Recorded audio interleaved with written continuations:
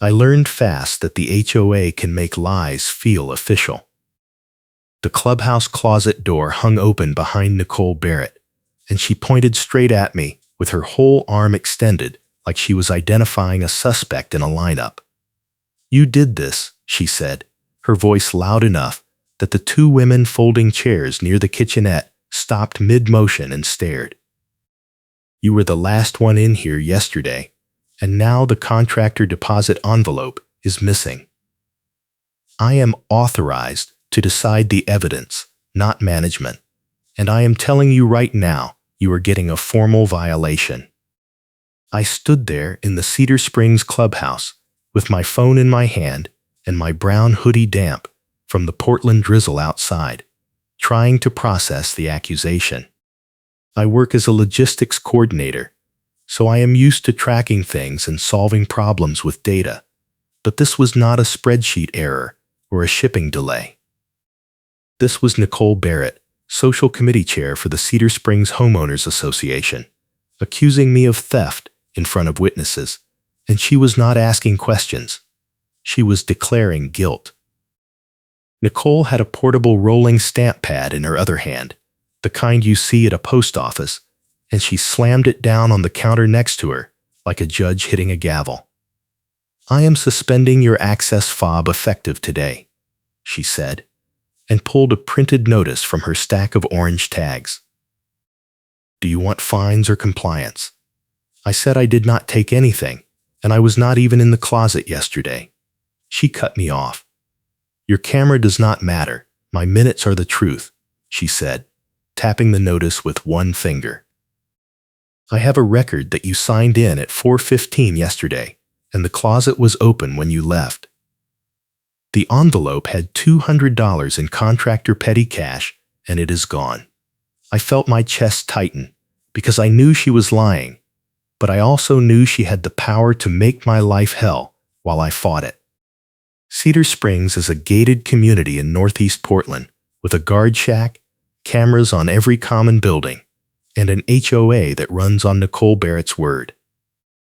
If she suspended my fob, I would not be able to get through the gate to go to work, and the threat to escalate this to the management company regional supervisor meant I could end up with a formal hearing, fines, and a black mark on my homeowner record. I told her I wanted to see the sign-in log and the camera footage, and she smiled in a way that made my stomach drop. She said the footage was under review and I would get a copy if the regional supervisor authorized it, but right now she had enough evidence to proceed. She held up a torn mailer, the kind you get from a shipping company, and said she found it near my trash cans that morning. "This proves you stole the package," she said, waving it like a courtroom exhibit. I said that mailer was not mine, and I never touched the contractor envelope. She said it did not matter, because the circumstantial pattern was clear, and she was following protocol. One of the women folding chairs stepped closer and said she saw me in the clubhouse yesterday, but she did not see me near the closet. Nicole snapped at her. "That is not relevant," she said. "He was the last one logged in, and the closet was found unlocked this morning when I arrived. I am the chair, and I am authorized to decide the evidence, not management." I walked out of the clubhouse before I said something I would regret, because the stakes here were bigger than just the accusation. I had moved into Cedar Springs 6 months earlier to get away from a toxic apartment situation, and the quiet, the structure, the sense of order had been good for my mental health. I needed stability, and Karen was threatening to take that away. I drove through the gate and pulled into my carport, and I immediately opened my phone to check my doorbell camera footage. I had installed a video doorbell on my unit 2 months earlier after a package went missing, and the camera had a wide angle that caught part of the walkway and the street. I scrolled back to yesterday afternoon and found the timestamp Nicole claimed I was in the clubhouse. At 4:15, I was standing on my own porch talking to a vendor dispatcher on the phone about a delayed shipment for work. The call lasted 11 minutes, and the whole thing was on video. I downloaded the clip, made a backup, and sent a copy to my personal email. Then I texted the management company office and asked for a formal records request for the Clubhouse sign-in log and the security footage. The next morning, Nicole was waiting for me at the mailbox cluster near the community pool. She had her stack of orange warning tags, her portable stamp pad, and a tablet in her hand. She did not say hello. She said I had until midnight tonight to turn in my access fob, or she would report me to the regional supervisor for non-compliance and trespassing. I said I filed a records request with management, and I had proof I was not in the clubhouse at the time she claimed. She held up the tablet and showed me a paused security video frame. The image was grainy, and the time bar at the bottom was unreadable, but she said it showed someone in a brown hoodie near the closet. "Your camera does not matter.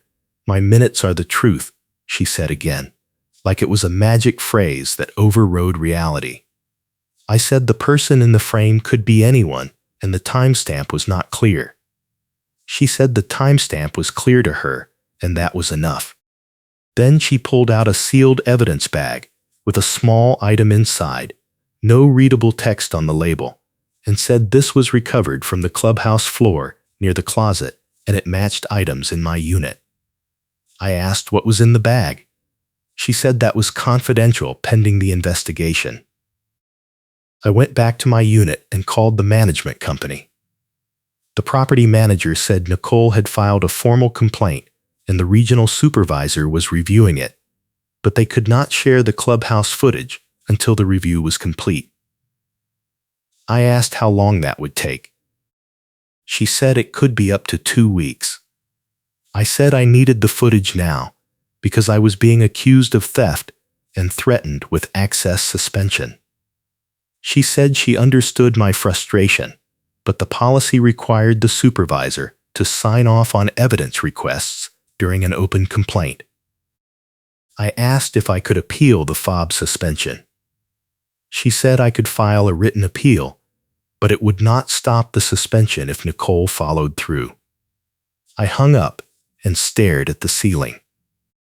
The system was built to let Nicole do whatever she wanted, as long as she used the right forms and the right language, and fighting it required time, paperwork, and patience I did not have. That afternoon, I went to the guard shack and asked the attendant if he remembered me signing in yesterday at 4:15. He checked the log and said I did not sign in at all yesterday. I asked if he could print a copy of the log. He said he could not release it without management approval, but he let me take a photo of the screen. The log showed 3 sign-ins for yesterday, and none of them were me. I thanked him and drove to the clubhouse. Nicole was inside with 2 other committee members, and she was reading a printed community warning out loud. The warning said a theft investigation was underway, and residents should be vigilant about securing personal items and reporting suspicious activity. Then she looked up, saw me standing in the doorway, and read the warning again, louder this time, while staring directly at me. One of the committee members looked uncomfortable. The other one nodded along. I said I had proof I was not in the clubhouse yesterday, and I wanted to submit it formally. Nicole said the evidence review period was closed, and I should have submitted proof within 24 hours of the accusation. I said she accused me less than 24 hours ago. She said the clock started when the complaint was filed internally, which was before she confronted me. I said that was moving the goalposts. She said it was following procedure. Then she pulled out her phone, put it on speaker, and called a vendor. A woman answered, and Nicole said she was calling to confirm that a contractor deposit envelope had been delivered to the clubhouse on Tuesday, and that I had been present when the envelope was signed for. The woman on the phone said she did not have any record of that delivery and she would need a work order number to check. Nicole repeated the question. The woman said she could not confirm anything without a work order number. Nicole ended the call and said the vendor would follow up in writing. If you are enjoying this story, hit the like button and subscribe for more HOA drama. I left the clubhouse and drove to a FedEx office to print copies of my doorbell footage with timestamps. While I was there, I checked my email and saw a reply from the management company. The property manager said the regional supervisor had authorized a partial release of the clubhouse footage, and I could view it at the management office during business hours, but I could not take a copy until the complaint was resolved. I drove to the management office, a small building on the other side of town, and signed in at the front desk. The property manager brought me into a back room with a desktop monitor and loaded a video file. The footage showed the clubhouse interior from a camera mounted near the ceiling. At 4:10 yesterday, a woman in a black blazer and gray baseball cap entered the clubhouse, walked to the closet, opened the door, and took something from a shelf. The woman was Nicole Barrett. She tucked the item under her blazer and left at 4:14. I asked the property manager to rewind it. She did, and I watched it again. Nicole had stolen the contractor envelope herself, and then she framed me. I asked the property manager if I could get a copy of that footage. She said I could not take a copy yet, but she could include it in the complaint file if I submitted a formal rebuttal. I said I wanted to submit a rebuttal right now. She printed a blank form, and I filled it out by hand, referencing the timestamp and describing what the footage showed. Then I attached a printout of my doorbell footage and the photo of the guard shack log. She said she would forward everything to the regional supervisor, and I should hear back within 5 business days. I said Nicole threatened to suspend my fob at midnight tonight. The property manager said she could not override a committee chair without supervisor approval, but she would flag my rebuttal as urgent. I thanked her and left, knowing I had less than 8 hours to stop Nicole from locking me out of my own neighborhood. I went home and called a friend who works in property management in Seattle. I explained the situation and asked if there was any way to force an emergency review. She said the only real leverage I had was to threaten legal action or to escalate directly to the management company owner, but that could backfire if the company sided with Nicole. She suggested I document everything, get witness statements, and be ready to lawyer up if the fob suspension went through. I thanked her and hung up, then started drafting an email to the regional supervisor with copies of all my evidence.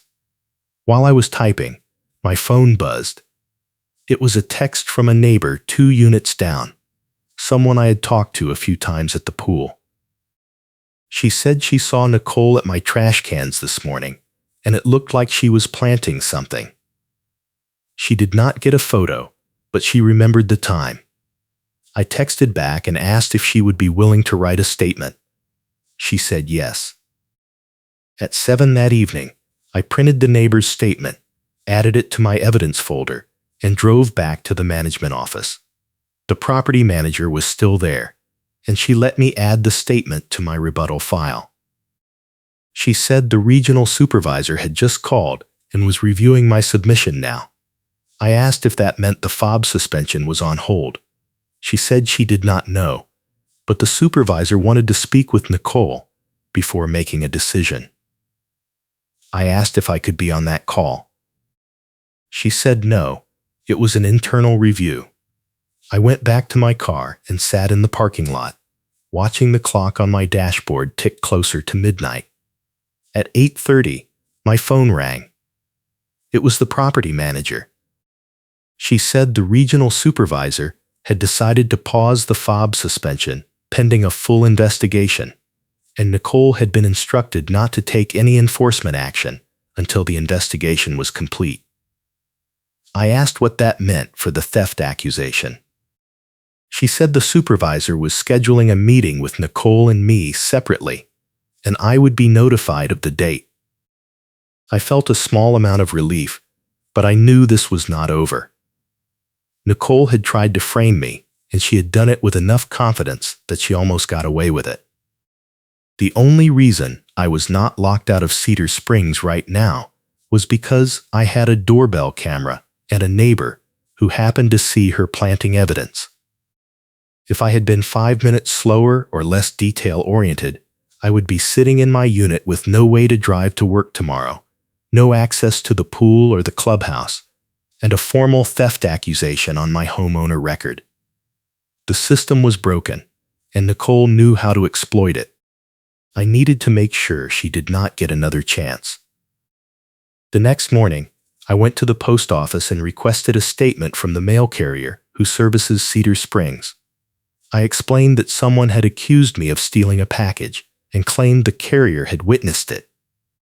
The carrier, an older man with 30 years on the route, said he never handed me anything at the clubhouse, and he did not recognize the description of the torn mailer Nicole showed me.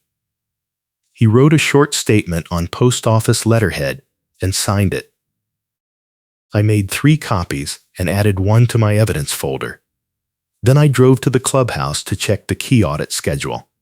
Cedar Springs does a quarterly audit of all clubhouse keys to make sure none are missing, and the next audit was scheduled for that afternoon.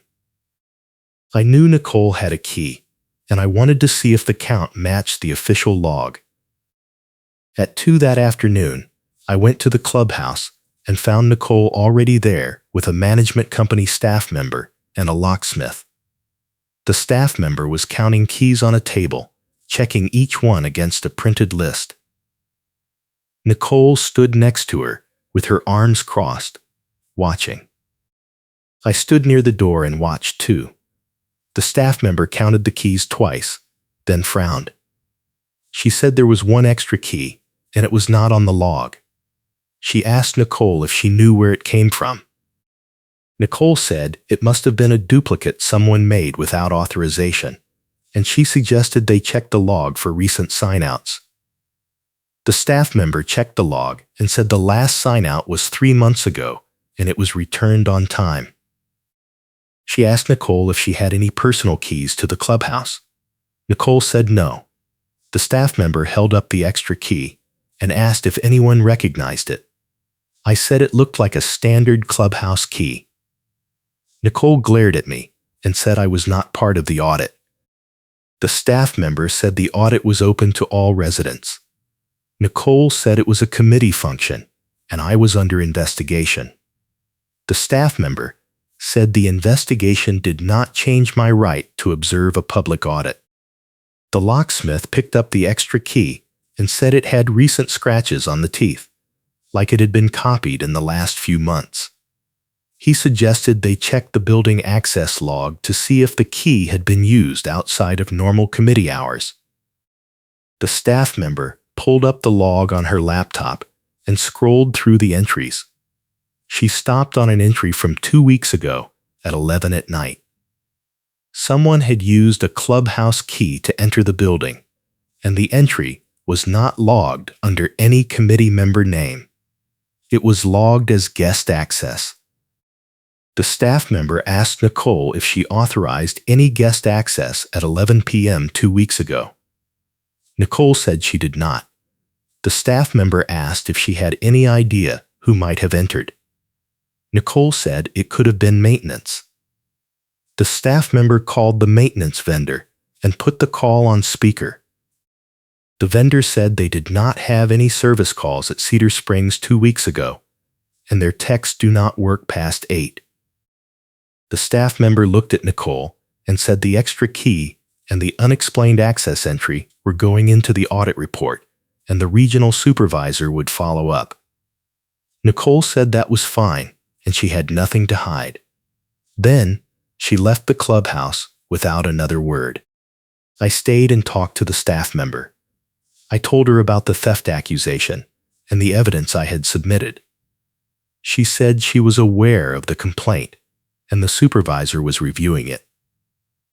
She said the key discrepancy and the access log entry would be included in the investigation. I thanked her and left. I felt like I was finally getting some traction, but I also knew Nicole was not going to give up.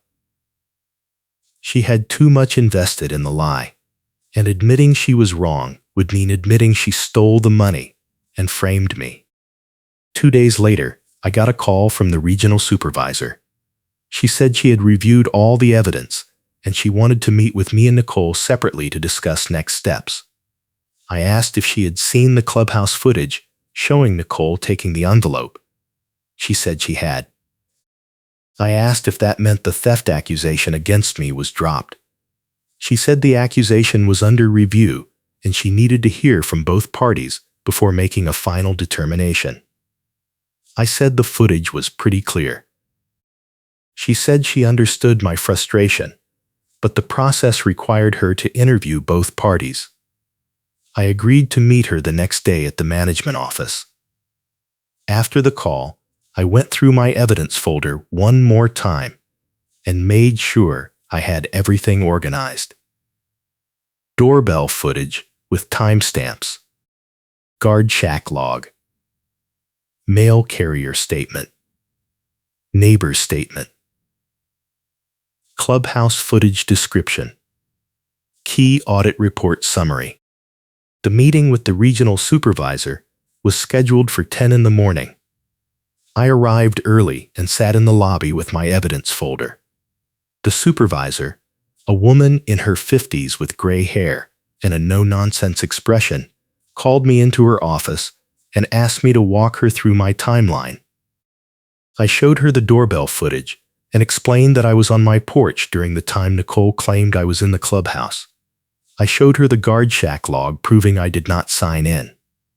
I showed her the mail carrier statement proving Nicole lied about the package.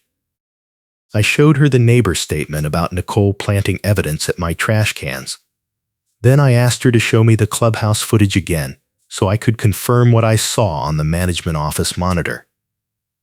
She pulled it up on her laptop and played it. Nicole entering the clubhouse at 4:10. Nicole walking to the closet. Nicole taking the envelope. Nicole leaving at 4:14. The supervisor paused the video and said she had already spoken with Nicole earlier that morning. She said Nicole claimed the footage was misleading and that she had been retrieving a personal item from the closet, not the contractor envelope. I asked what personal item. The supervisor said Nicole did not specify. I asked if Nicole explained why she accused me of theft when she was the one on camera taking something from the closet. The supervisor said Nicole maintained that I was involved and that the evidence against me was circumstantial but compelling. I said the evidence against me was fabricated. The supervisor said she agreed the evidence against me was weak and she was prepared to clear me of the theft accusation. I asked what would happen to Nicole. The supervisor said that was a separate matter and she could not discuss personnel issues with me. I said Nicole framed me, lied to management, and threatened to suspend my access. The supervisor said she understood, and those issues would be addressed internally. I left the meeting feeling like I had won, but also like the system had protected Nicole from real consequences. The supervisor cleared me, which meant the theft accusation was dropped and my fob suspension was canceled. But Nicole was still the social committee chair, and she was still walking around Cedar Springs like nothing happened. I needed to make sure everyone knew what she did, and I needed to make sure she could not do it again. That afternoon, I went to the mailbox cluster and waited. Nicole showed up 20 minutes later with her stack of orange warning tags and her portable stamp pad. She saw me and started to turn around, but I called her name. She stopped. I held up my phone and said I had something to show her. She said she was not interested. I said it was the clubhouse footage, showing her stealing the contractor envelope. She said that footage was confidential and I was not authorized to have it. I said I did not have a copy, but I had seen it, and the regional supervisor confirmed it showed her taking the envelope. Nicole said I was lying, and the footage showed nothing of the kind. I said the timestamp was 4:10 to 4:14, and she was wearing the same black blazer and gray baseball cap she was wearing right now. She said I was harassing her, and she was going to file a complaint. I said she already filed a complaint, and it was dismissed because she lied. A neighbor walked up to get her mail and stopped when she heard us. Another neighbor came out of his unit and stood on his porch, watching. Nicole looked around and realized we had an audience. She said this conversation was over and she was leaving. I said I also had a statement from the mail carrier proving she lied about the package. She said the mail carrier was mistaken. I said I had a statement from a neighbor who saw her planting evidence at my trash cans. She said that was slander.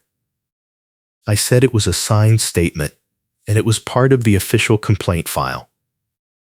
Nicole walked away fast, and I let her go. The neighbors who had been watching came over and asked what was going on. I gave them a short version of the story. Nicole accused me of stealing contractor money. I proved I was not in the clubhouse at the time, and the security footage showed her taking the money instead. One of the neighbors said she always thought Nicole was shady.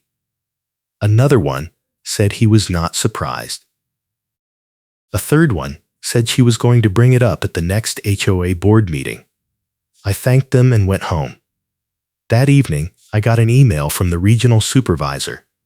She said the investigation was complete and the theft accusation against me was formally dismissed.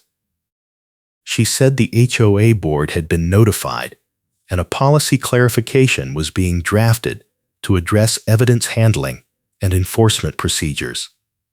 She said Nicole Barrett had been removed from her role as social committee chair effective immediately, and the board would be reviewing her conduct. She said I was welcome to attend the next board meeting if I wanted to provide input on the policy changes. I read the email 3 times and felt a weight lift. The rumor dies in real time as people watch the proof. Nicole had tried to destroy my reputation and my access to my home, and instead, she destroyed her own credibility. The documented appeal that overturns the decision on the record was complete. The HOA issues a policy clarification that blocks Karen's favorite tactic was in progress. Karen gets corrected by management in plain language was done. Her own clip proves the opposite of her claim was the final blow. I did not need to vandalize her car or slash her tires or do anything illegal. I just needed to document everything, stay calm, and let the truth do the work. Nicole lost her position, lost her credibility, and lost her power, all because she thought she could steal and lie and get away with it. 2 weeks later, I got a letter from the HOA board. The letter said the board had completed its review of the theft incident and had determined that Nicole Barrett violated multiple HOA policies, including evidence tampering, false reporting, and abuse of authority.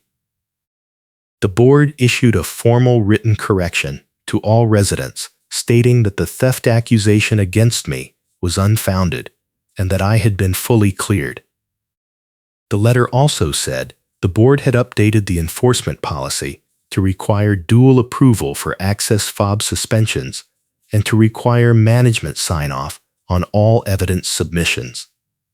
The changes were effective immediately. I filed the letter in my evidence folder and put the folder in a drawer. I did not need it anymore, but I kept it just in case. I ran into Nicole one more time a month later at the grocery store. She was in the checkout line ahead of me, and when she saw me, she grabbed her bags and left without paying for half her items. The cashier looked confused and asked if I knew her. I said I used to. The cashier shrugged and called for a manager to restock the abandoned items. I paid for my groceries and left. Nicole moved out of Cedar Springs 2 months later. I heard from a neighbor that she got a job in another city and decided to relocate. I did not ask for details. I was just glad she was gone. Cedar Springs is quiet now. The new social committee chair is a retired teacher who runs book clubs and organizes potlucks. The clubhouse closet stays locked unless someone signs out a key, and the key log is audited every month. I still have my doorbell camera, and I still check my footage once a week just to make sure nothing unusual is happening. I learned that the system is only as good as the people running it, and when someone abuses their power, you have to document everything, stay calm, and fight back with facts. Nicole thought she could steal and frame me because she had the title and the forms and the authority theatrics, but she forgot that the truth does not care about titles. The truth just is. And in the end, the truth won. Thanks for watching, and I appreciate you being here.